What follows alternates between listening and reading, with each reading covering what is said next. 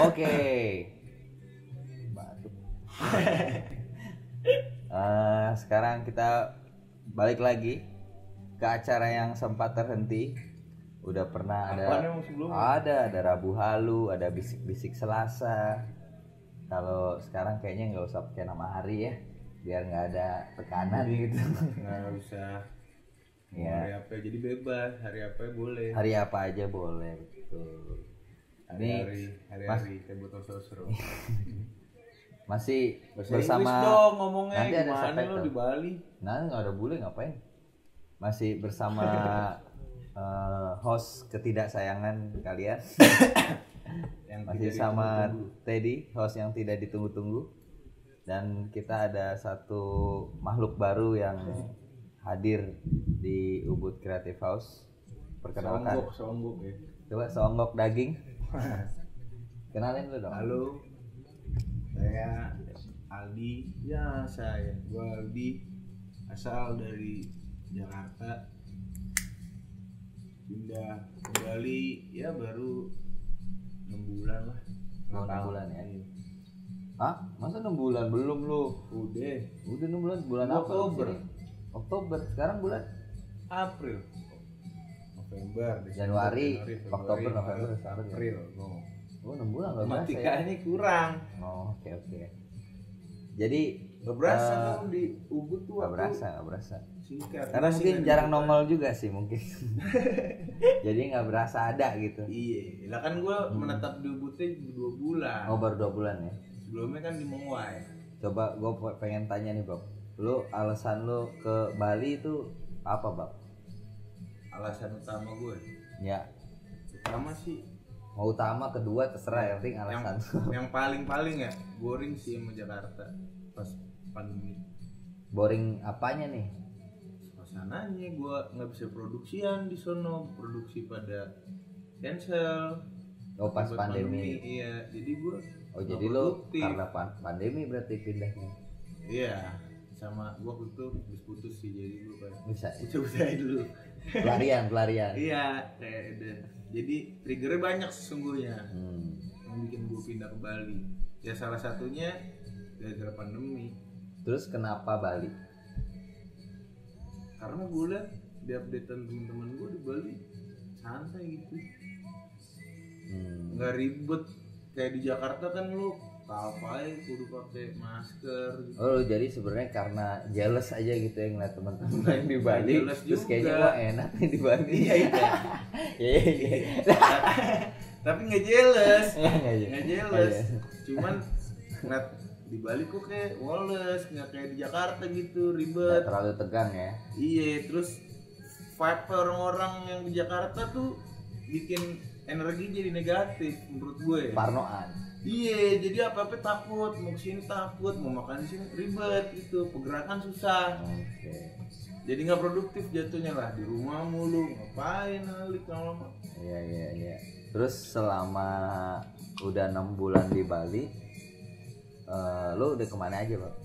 Gue, kemana apa nih? Ya lu selama 6 bulan masih lu di stay at Iya, home juga iya. di rumah. Enggak lah, paling gue ke Uluwatu, ke Selatan, main-main di Canggu,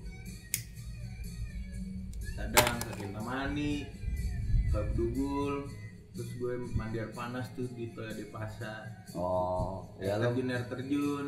Kalau di sini kan nih gitu kayak bosan nih hari ini nggak mau ngapain, kemana ya? Kan main kali, ayo. Banyak air hiburan terjun. lah ya. Iya, banyak yang dituju. Kalau di Jakarta kan kemana? Paling ke rumah kawan. Ke Alfa juga udah seneng tuh pas pandemi, Iya bisanya sih, situ itu doang. bonusnya kalau sebenarnya itu bonusnya kalau tinggal di Indonesia sih, Bang. Maksudnya di Indonesia tuh memang lu di mana juga pasti nemu kayak gitu sebenarnya, men. Iya. Sebenarnya ya cuman ya Bali karena mungkin lebih aksesnya lebih mudah gitu. Satu mungkin itu. Iya, sama kan Terus lu, kayak- lu udah ada teman di sini. Iya, gue udah kayak Udah ada teman pasti. gue ntar gawe di mana? Udah bolos tuh kesini dulu. Jadi ya udah gue berangkat memberanikan diri. Terus lu udah 6 bulan di sini, kira-kira ada rencana lanjutan nggak? Apa kira-kira lu gue kayaknya cuma sekian tahun aja di Bali, ntar gue balik lagi, atau Gue lu nggak ada rencana sama sekali? belum ada planning sih. yang penting gue masih nyaman aja sih di sini. Mana lebaran nanti gue harus pulang dulu, ada project yang harus dikerjain sama ya lebaran sama orang tua. Iya. Terus kalau pekerjaan mah gue video call mulu ribet. Gak apa-apa deh kan. Lu dengan pacar video call lu gak pernah protes padahal lu sedih. Padahal lu sedih. Bagi dulu kopi ya. Jadi sini dong. Lu kalau lanjing emang. Lu kalau misalkan kerjaan gitu sebenarnya lu basicnya apa, Pak? Gua kerjaan basicnya videographer sih. Videographer. Enggak sebenarnya bermula nih. Ini gue jadi cerita nih. Ya nggak apa-apa kan emang pengen cerita. Oh cerita ya. Iya. Nggak apa-apa nih. Nggak apa-apa. Jadi berawalnya sebenarnya kayak gue emang dari kecil hobi lah fotografi gitu. Gue inget banget hadiah sunat tuh gue minta tustel. Tustel, puji film terus disetel. Iya. Kan ditus dulu tuh. Baru di setel. Iya. Terus minta beliin itu, iseng foto-foto. Udah tuh gue main kamera di situ. SMP SMA udah model-modelan camdik gitu. Ya gue paling minjem teman. Camdik bukan kamera dik ya, kamera digital. Iya, camdik. Kamera digital pocket gitu. Terus ya kan terus zamannya udah handycam, tapi gue di situ belum ada duit jadi nggak kebeli, paling minjem doang. Nah fokusnya pas banget pas zamannya kuliah. Kayak nggak bisa nih gue kayak kuliah masa orang tua gue yang full bayarin, seenggaknya gue ada andil. Mulai kepikiran jadi anak baik. Iya. Setelah sebelumnya ngambil SPP segala macam. Kagak juga. Nggak pernah ngakal gue. Ya, kan biasanya gitu kan kalau baik itu biasanya karena pernah ngelakuin kesalahan dan ingin memperbaiki gitu. Kalau gue mau basicnya baik, muncul kesadaran dengan sendirinya kayak oh ya udah. Terus kayak awalnya ada temen gue anak IO gitu nawarin, lu motretin acara-acara di klub-klub Jakarta gitu, mau nggak? Jadi mau pakai lensa gini-gini, udah siap. Nah, dari situ tuh gue mulai moto-moto di klub. Di klub mana aja tuh? Mana aja Jakarta pokoknya deh. Yang paling top mana? Wah, topnya gue pernah. Marimba. Gue pernah. Topnya gue tuh pernah bikin video di stadium. Itu gue paling top. Anjing banget, gue kayak anjing ngapain gue bikin video di stadium, orang-orang kan pasti ini semua hype, kan lagi. Iya. Itu gue pengalaman paling. Itu karir lo dimulai dari sebagai videographer disco. Fotografer disco ya. Fotografer acara-acara disco. Iya, terus kayak mereka minta video deh. Ya udah gue cari temen gue yang fotografer. Baru gue yang video gue, dari situ udah gue mulai video-video. Tapi sebelumnya gue belum ngedit tuh. Iya. Gue baru ngambil gambar doang. Tapi menurut lo nih Bab ya, kan profesi videographer sebenarnya sih udah ada gitu. Cuman kan hype-nya itu baru kejadian tuh kenceng-kenceng ya karena di 5 tahun 10 tahun terakhir lah. Ya kan? Iya. Dan menurut lo nih profesi sebagai videographer atau fotografer atau editor itu layak apa enggak, atau cukup atau enggak buat lo Bang? Untuk saat ini ya cukup ya, untuk ngelihat ke depan sih, ngelihat ke depan sama based on experience aja. Pengalaman gue menanjak sih grafiknya. Ibaratnya tuh kalau di kripto nih gue ini nih kalau di keripik ada grafiknya tuh bagus lah kalau gue lihat dari gue. Ada lah ya, maksudnya buat masa depan. Iya, gue dari 2012 udah mulai kerja begituan tuh kan. Seminggu bisa 4 kali 3 kali pindah klub dalam seminggu gitu. Iya. Acara terus, jadi gue kayak kaget juga, gue punya duit banyak, habisnya buat mabuk lagi juga. Ya itu kalau habisnya mau diapain serah lo deh.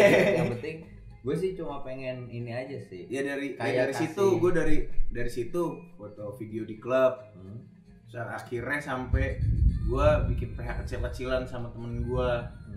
Dan pitching sana sini, meeting ketemu klien. Terus dari portofolio gue sebelumnya Gua wedding juga sebelumnya, wedding juga sih gue main wedding. Iya intinya lo karir lo berjalan maju sih gue kayak. Dan gue sih sebenarnya cuma pengen ini aja sih, nge-review aja karena 10 tahun, 15 tahun atau 20 tahun ke belakang mungkin sebagai profesi sebagai seorang videografer fotografer tuh masih terdengar awam gitu ya, belum diterima sama masyarakat luas lah. Untungnya orang nyokap gue kayak apapun yang lo lakuin kalau lo senang support. Nah ya itu sih penting, itu orang tua mesti support. Iya, kalau nggak support juga kan.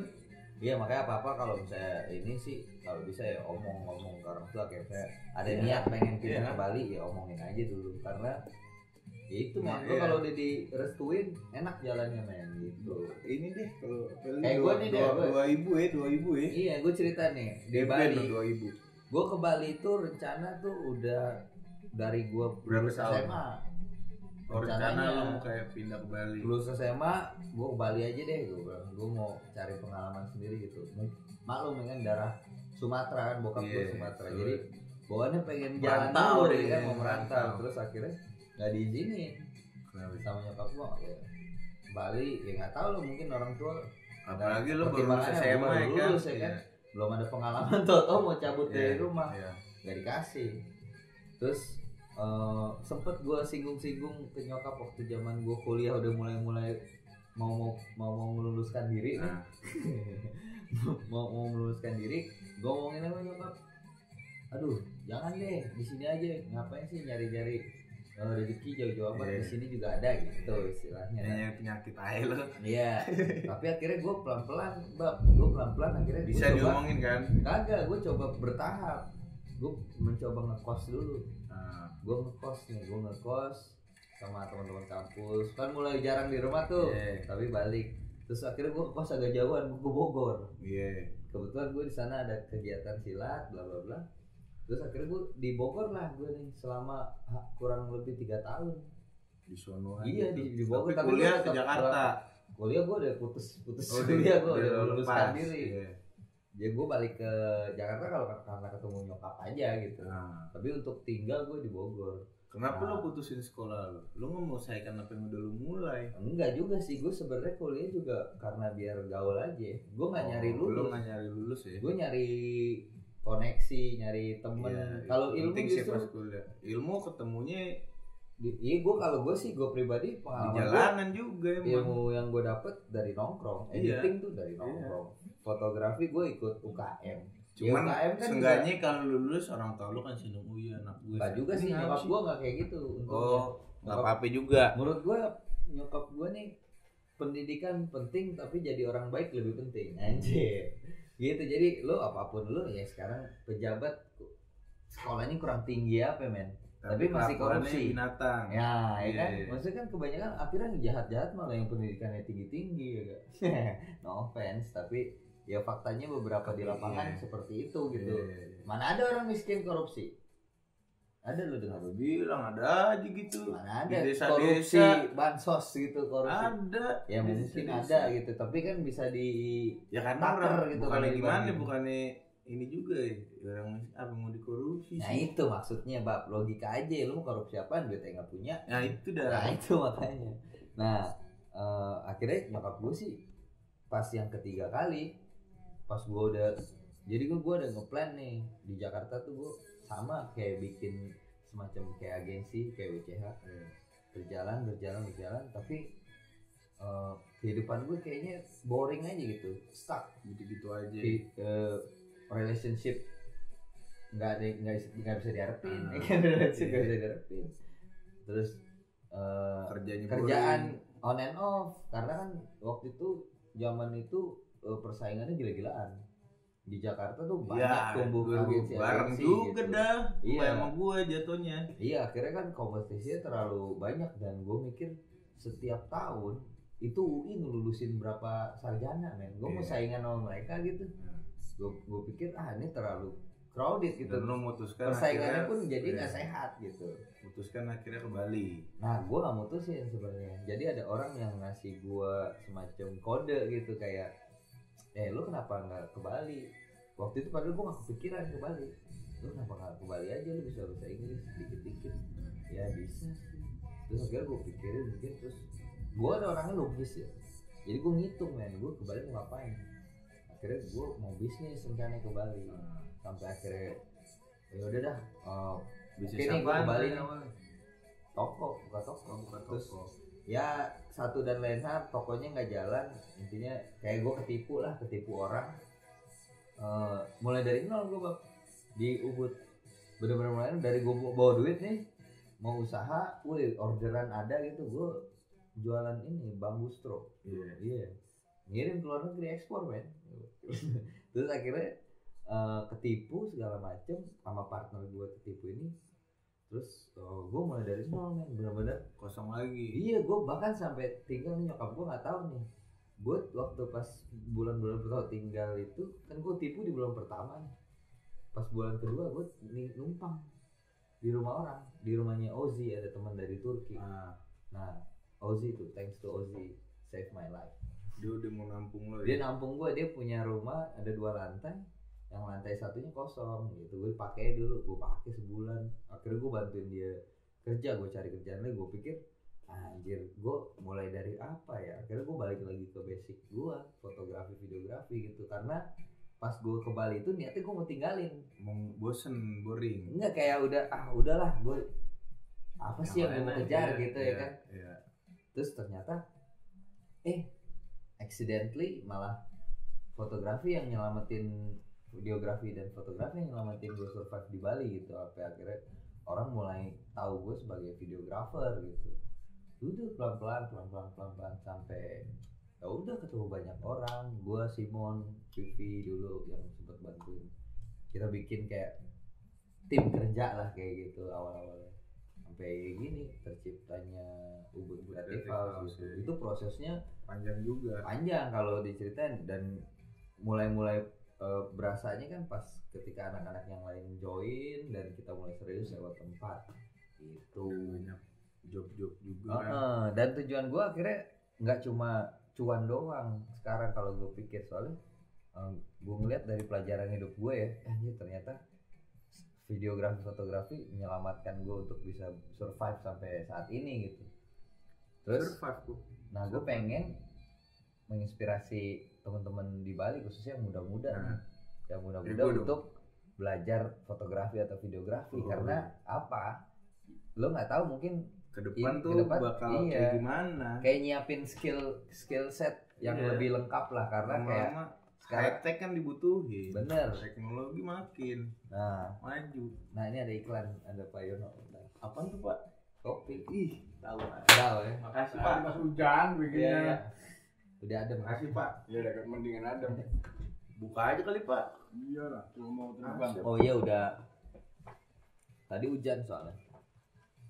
Gitu, dan maksud gue pengen mencoba meracuni teman-teman di ya Bali. Kalau dilihat di Bali kan, soalnya yang gue lihat anak-anak mudanya tujuannya udah ke asikan di pariwisata aja gitu. Sebenarnya itu bukan karena anak muda juga, tapi karena orang tuanya. Karena orang tuanya tuh merasakan ngelihat memang betul pariwisata di Bali itu sebelum pandemi kan, sebelum pandemi. Ya, tapi pas pandemi dong.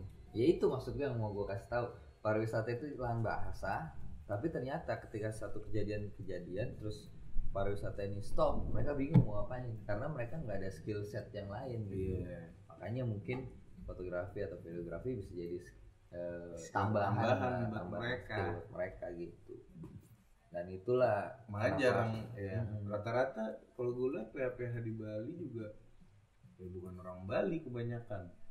Iya sih, yang besar-besar itu rata-rata memang ada orang Jakarta, ada orang luarnya gitu, mungkin orang Australia, banyak. Cuman ya itu normal lah ya, maksud gue ngapain mikirin orang, mendingan mikirin kita bisa apa gitu daripada fokus ke orang yang jatuhnya ntar apa ngiri apa ya males banget. Tapi kan mau ngajarin orang juga. Terus rencana nih di UCH gimana Bang? Lo misi-misi lo nih di UCH, apa yang bakal mau lo bagi di Bali nih?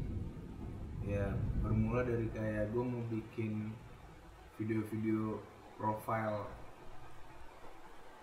tempat-tempat makan di Ubud yang apa ya, yang tahu ya orang-orang Ubud aja, yang wisata datang sini tahunya di sawah, Bubuk Bengil atau yang famous aja. Juga ke apa namanya, kopi-kopian apa kayak gitu-gitu. Nah gue mengenalin banyak kok warung-warung kecil-kecil nih yang enak, dan mereka rata-rata jatuh-jatuhnya orang situ, orang asli Bali, dan kadang ada perantau. Itu sih yang gue angkat Ya kayak diversity ya itu di balik makanan. Iya sih, memang itu sih juga salah satu kegiatan yang Ocha bakal niatnya mau dijalanin. Ya, itu maksudnya salah satu gue bilangnya ini citizen journalistic.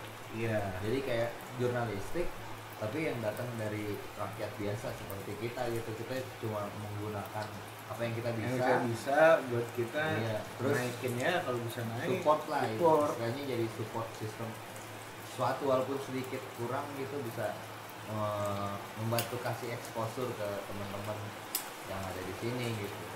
Itu dah. Cuman ya memang nggak bisa semuanya karena kita harus ibaratnya mengkurasi juga gitu. Kira-kira ini bermanfaat apa enggak kalau cuma buat, dan nggak cuma makanan doang sih yang gua angkat. Orangnya, iya, humannya. Pandangan dari mereka kan beda-beda juga.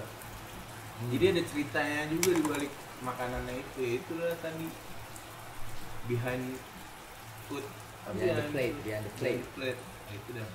Gak ada sih di YouTube itu satu video. Iya, nanti ini ada di YouTube, nanti dicek it out. Gitu. Terus dan gue kayak ngejalanin aja dulu sih di sini. Apa yang bisa gue kerjain ya gue kerjain. Ya, kalau gue memang gini sih bak mikirnya. Di UCS sendiri memang kita agensi bisnis gitu. Orang hire kita untuk bikin konten atau bantu marketingnya mereka. Tapi di satu sisi gue juga punya passion, gue pribadi nih ya, gue punya passion sebagai media rekam ini sebagai sharing informasi gitu. Cuman memang informasinya ini yang mesti kita kulik. Jadi sebenarnya gue pribadi gue udah selesai sama teknis videografi, fotografi, anything you name it. Gue pengennya malah lebih fokus ke kontennya gitu, ke apa yang kita share gitu, apa yang kita buat itu value-nya lebih ke di situ, dinilai kontennya sendiri gitu. Kalau misalkan teknis itu bisa dikejar, maksud gue sekarang ya informasi udah banyak banget, gimana cara bikin apa lo tinggal ke Bapak Yusuf ya kan. Itu Yusuf lebih dari TV. Iya, gue tinggal cek di sana untuk urusan teknis. Tapi konten itu soal kejelian ngelihat satu masalah atau keresahan satu objek ya kan. Iya, bisa lo angkat jadi apa gitu kan, jadi sesuatu gitu. Iya, dan itu maksud gue yang biar jadi bermanfaat aja sih pengennya. Makanya nggak bisa sembarangan orang tau mau bikin apa ya, kolaborasi ya ayo gitu, tapi kolaborasi soal apa dan tujuannya apa gitu. Kalau misalnya kolaborasi cuma buat euforia doang, ya buat gue ya bayar aja. Ya gue kan nyenengin lo doang, nggak nyenengin kita gitu. Ya buat apa gitu kalau value-nya juga maksudnya ada nilainya, jadinya dua belah pihak sama-sama gitu. Iya, sama-sama enak. Iya gitu. Kemana sini arahnya ke mana-mana. Jadinya ya enggak, gue pengen enggak, lo ke depan mau gimana juga emang. Gue pengen tetap gitu bab, citizen jurnalisnya jalan, tapi dengan konten-kontennya yang kita rembukin gitu. Kayak ini masalah ini penting nih, semua orang tahu gitu. Enggak yang cuma recehan doang gitu, remeh-temeh, banyak-banyakan konten lain. Iya, capek banget kalau kayak gitu. Ya, itu juga nyari duit kalau kayak gitu. Kalau nyari duit mah itu udah lain. Kalau nyari duit tuh gue rasa cukup sih dari teman-teman yang bikin online kelas gitu. Mereka kalau online kelas kan terus continuity gitu. Ada terus dah. Iya, dan menurut gue sih cukup gitu. Bisa survive doang. Ya lagian ilmu besar kecil itu kan relatif. Iya. Iya kan? Yang penting ada terus. Iya, besar kecil mah relatif. Nah, justru kalau gue fokus ke nilai besar kecilnya ini, gue nggak bakalan jalan gue nggak jauh istilahnya. Tapi kalau gue fokus ke apa tujuan gue mau manfaatin skill gue ini ke arah yang lebih bermanfaat buat orang banyak gitu. Kayak misalnya bikin satu konten yang ternyata menginspirasi orang atau kasih tahu tentang informasi yang nggak banyak orang tahu, kayak tentang alat musik terbaru atau anything itu yang punya, atau kebudayaan yang dilupakan, atau mengingatkan kembali teman-teman tentang nilai budi luhur gitu. Ya atau apapun lah, kalau kayak gitu kan kita bentuknya bisa kolaborasi. Nggak perlu dari gue yang ngomong soal budi luhur, ya gue tinggal undang aja misalkan sekolah guru guru atau satu apa kayak gitu. Iya. Intinya lo apa yang orang-orang bijak gitu. Nggak ngebatasin, jadi pengalaman yang lu cari juga kan. Bener, karena kan otomatis gue juga bakal dapet, Bang. Itu dah. Gitu. Ya salah satu gue ke Bali juga itu pengalaman. Iya. Coba pengalaman baru, kayak anjing 27 tahun hidup di Jakarta. Cukup kali. Coba anak udah satu ya. Anak kucing. Mana ibunya udah tua aja. Ya dulu. Iya sih.